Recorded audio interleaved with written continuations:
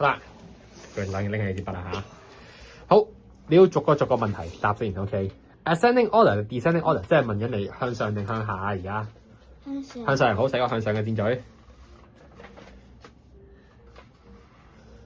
好啦，而家邊度係第六、第七音啊？邊個係第六號啊？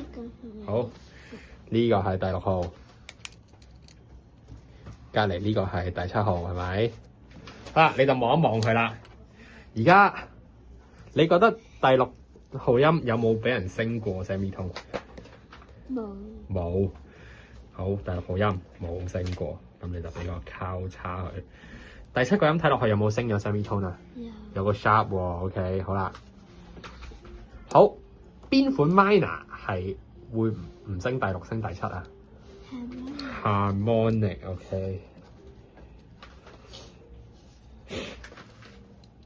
好，咁樣估完啦。好啦，然後呢個就係 tricky 嘅部分啦。好，記唔記得 key signature 即係媽媽 ？OK， 媽媽有幾多個 sharp？個 major 一樣幾多個 sharp？個 minor 都一樣有幾多個 sharp？只不過 minor 會再 extra 再玩嘢，有機會有分玩你，有機會 harmonic， 有機會 melodic。OK， 但係你唔知佢 harmonic 定 melodic。好啦，但是我哋而家咁樣估法，望一望，睇完佢個樣之後，你已經有一個大概嘅估計啦。OK， 佢應該係升咗第七，冇升到第六，所以佢係一條 harmonic minor。然後你要逆向諗翻轉頭，到底呢度媽媽俾咗幾多粒 sharp 咧？好啦，我哋睇題目啦。OK， 呢度一個 sharp， 兩個 sharp， 三個 sharp 啦。媽媽係咪就係派咗三個 sharp 出嚟咧？係定唔係咧？到底你覺得咧？點解唔係咧？為什麼不是咧？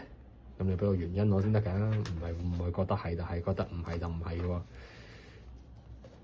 好啦，俾個 clue 你啦 ，OK， 俾個小提示你。你而家望完之後，你覺得第七號音升高咗 semitone 啊嘛，係咪啊？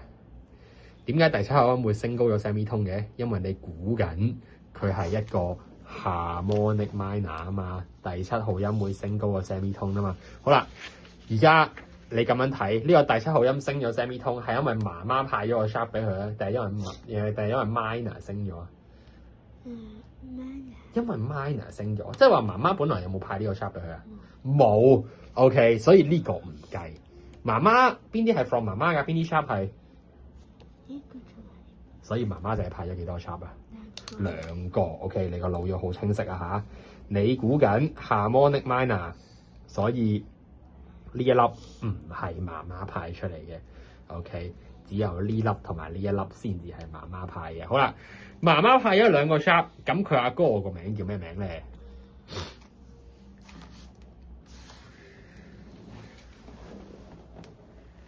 就對表啦。D，OK，very nice。兩個 sharp， 所以阿哥個名叫做 D 啦 ，D major。OK。咁呢兩個 sharp 到底係邊兩個 sharp 啊？如果兩個 sharp 嘅話 ，D major 就係會有 F sharp 同埋 C sharp。OK， 呢啲 step 你都係要寫翻出嚟俾自己睇㗎嚇。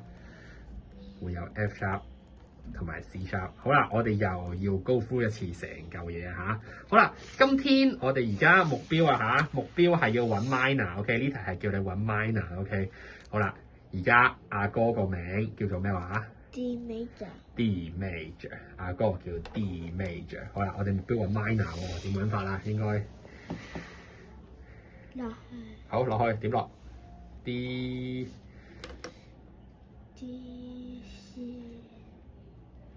C B。OK， 你就會知細佬個名一定係 start with 咩英文字母啊 B。好，寫低個 B 先。好啦，然之後你要再畫琴。OK， 點解要畫個琴啊？因為你仲要數幾多個 semitone 啊？3個。OK，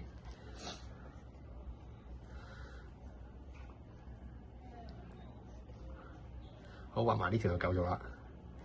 好啦，我哋而家要幫邊個人揾細佬啊？D major。好啦，咁 D 開始騰。好，去咗呢個位置係唔係 B？好，所以我哋而家咁樣估嘅話咧，你就估到一條 B minor 出嚟。下一步你要做啲乜嘢咧？下一步係你要寫晒 B minor 嗰8個英文字母出嚟。邊8個英文字母啊 ？B minor 會有 B minor， 即係代表佢係由邊個音開始啊？答咗先啦，幫緊你。B minor 即係佢咩英文字母開始 ？B。OK， 一條 scale 8個音，會經過8粒唔同嘅英文字母，繼續彈落去 B， 跟住咧 C，yes， 係。好啦，冇錯啦。當你寫晒呢8個音出嚟之後咧，我哋就要諗下啦。好啦，佢有阿媽噶嘛，係咪啊？阿媽派咗啲咩 sharp 出嚟啊？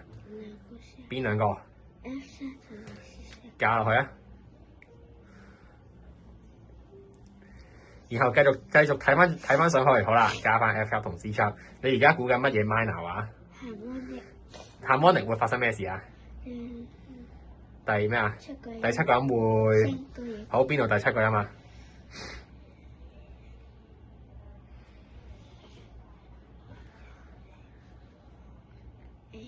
好，所以佢升高一個，你就要幫佢加個咩啊？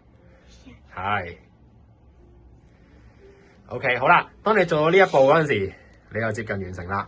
最後嗰步就係你 check 啦。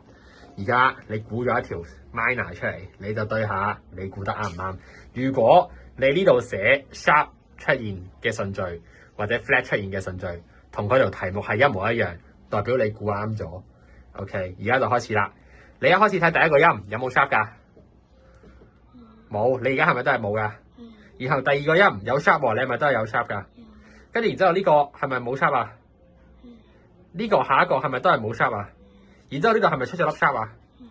呢度係咪冇 sharp 啊？然後呢一個係咪有 sharp 啊？最後呢個係咪冇 sharp 啊？咁樣就代表你而家估緊嘅呢一個 B minor 係啱嘅，因為你同個題目嘅排序出現嘅 sharp flat 嘅排序順位 OK 順序係一樣，代表你估啱咗啦。呢條係一條 B minor。最後一步就係你要話我知呢度邊一個 clef 代表佢係 B 開始啊？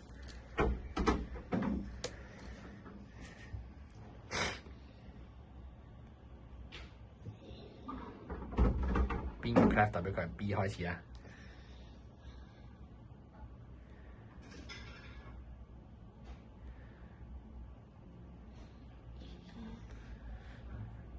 呢個？咁我哋就一齊數下咯喎 ，OK？ 如果係低音譜號嘅話 ，OK？ 低音譜號兩點夾住嗰條線係 F，OK？ 即係呢度 F、E、D。喺低音譜號呢一個音係代表 D 喎。我哋而家估緊咩 minor 話 ？B minor 喎。如果係低音譜號擺落去呢個音係 D 喎，咁 F 啱呢個低音譜號啱唔啱啊？唔啱喎，唔係佢喎，邊個先啱啊？邊個先係代表佢係由 B 開始啊 ？B minor 啊嘛，即係 B 開始啦。邊個先代表到佢係 B 開始啊？係 OK， 然後就圈起你個高音譜號，你實際上先完成咗呢一條題目。